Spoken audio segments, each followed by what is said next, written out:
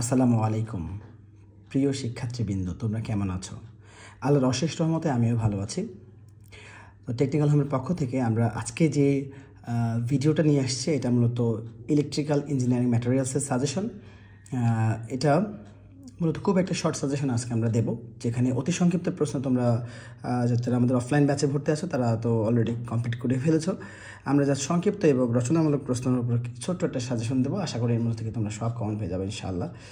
তো দেখো, আমরা কথা না বাড়িয়ে সাজেশনে চলে যাই। প্রথম যে কোশ্চেনটা আমি দিয়েছি এখানে, কী বিষয়ে বৈদ্যুতিক পদার্থের উপর প্রভাব বিস্তার করে, এটা ভেরি ইম্পর্ট্যান্ট। এটা আমি দেখো অলরেডি মার্ক করে রাখছি। এটা যেগুলো মার্ক করা আছে সেগুলোকে বেশি গুরুত্ব দিয়ে পড়বা। পরিবাহী পদার্থের কী গুণ থাকা প্রয়োজন, এটা গুরুত্বপূর্ণ প্রশ্ন। ভালো ম্যাটেরিয়ালসের কী গুণ থাকা প্রয়োজন, কন্ট্যাক্ট ম্যাটেরিয়ালস বলতে কী বোঝায়।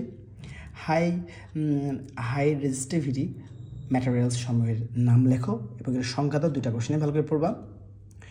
5 নম্বরটা গুরুত্বপূর্ণ একটা প্রশ্ন, অর্থাৎ 1, 3, 5 এগুলো একটু বেশি ভালো করে পড়বা। হ্যাঁ, ফিউজ ম্যাটেরিয়ালসের কী গুণাবলী থাকা প্রয়োজন, এগুলো তোমরা মোটামুটি সবাই এটা নিজে থেকে লিখতে পারবা।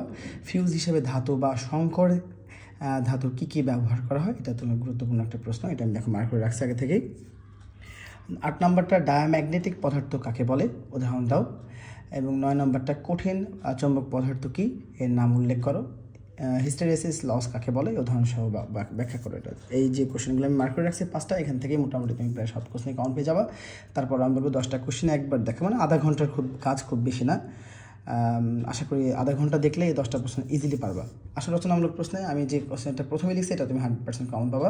সেটা আছে পরিবাহী, অপরিবাহী, অর্ধপরিবাহী এনার্জি ব্যান্ড এঁকে দেখাও। 2 নম্বরটা ব্রাশ ম্যাটেরিয়ালস হিসেবে কপার, কার্বন ও গ্রাফাইটের তুলনা আলোচনা করে 1 এবং 2, এখান থেকে মিনিমাম একটা প্রশ্ন একটু কমন পাবাই। নাইক্রোম, ইউরেকা, ম্যাঙ্গানিন আর অথবা জার্মান সিলভার ইত্যাদি যে উপাদানগুলো আছে সেগুলো ব্যাখ্যা করো, এটা গুরুত্বপূর্ণ একটা প্রশ্ন, এটা একটু দেখতে পারো। তবে ফিউজ হিসাবে ধাতু এবং সংকর ধাতু ব্যবহারের সুবিধাগুলো লেখো। এবং 5 নম্বর যে কোশ্চেন, এটা আমি 100% কমন দিচ্ছি, এটা পরীক্ষা কালকে আসবেই। অর্থাৎ 1, 2 এবং 3, 1, 2 এবং 5 এই 3টা কোশ্চেন পড়লে তুমি 2টা কোশ্চেন লেখার মতো যোগ্যতা আশা করি তুমি করতে পারবা। অর্থাৎ এই 1, 2 এবং 5-এর মধ্যে মানে খুব বেশি না, আধা ঘন্টা দেখলে তুমি 3টা কোশ্চেনে উত্তর করতে পারবা। তবে 1 এবং 5 বেশি ভালো করে দেখে যাবা। তো এই ছোট্ট একটা সাজেশন, রচনামূলক 5টা এবং অতি সংক্ষিপ্ত 10টা, এইটুকু পড়লেই এই সাবজেক্টে A+ পাওয়া সম্ভব। আশা করি তোমরা প্রত্যেকেই ভালো করে গুরুত্ব সহকারে পড়বা। এবং তোমরা যারা কুষ্টিয়ায় প্রথমে এসেই তোমরা যে কোনো কোর্সে ভর্তি হয়েছে, যারা এখনও আর কোচিং চেঞ্জ করার মতো অবস্থা পারছো না, তাদের জন্য একটা সুখবর বলছি। তারা অবশ্যই আমাদের যে আমাদের অফলাইন যে ব্যাচগুলো আছে, তোমরা যে কোনো ব্যাচে ভর্তি হতে পারো। যারা নতুনভাবে ভর্তি হতে চাও তাদের জন্য বিশেষ অল্প খরচেই যাতে আমরা বাকি অংশটুকু পড়াতে পারি, সেই ব্যবস্থা ইনশাল্লাহ আমরা করছি। তোমরা যারা ভর্তি হতে ইচ্ছুক অবশ্যই আমাদের যে নাম্বারটা দেওয়া 01796393988 এই নাম্বারে তোমরা যোগাযোগ করে অফলাইন ব্যাচে ভর্তি হতে পারো।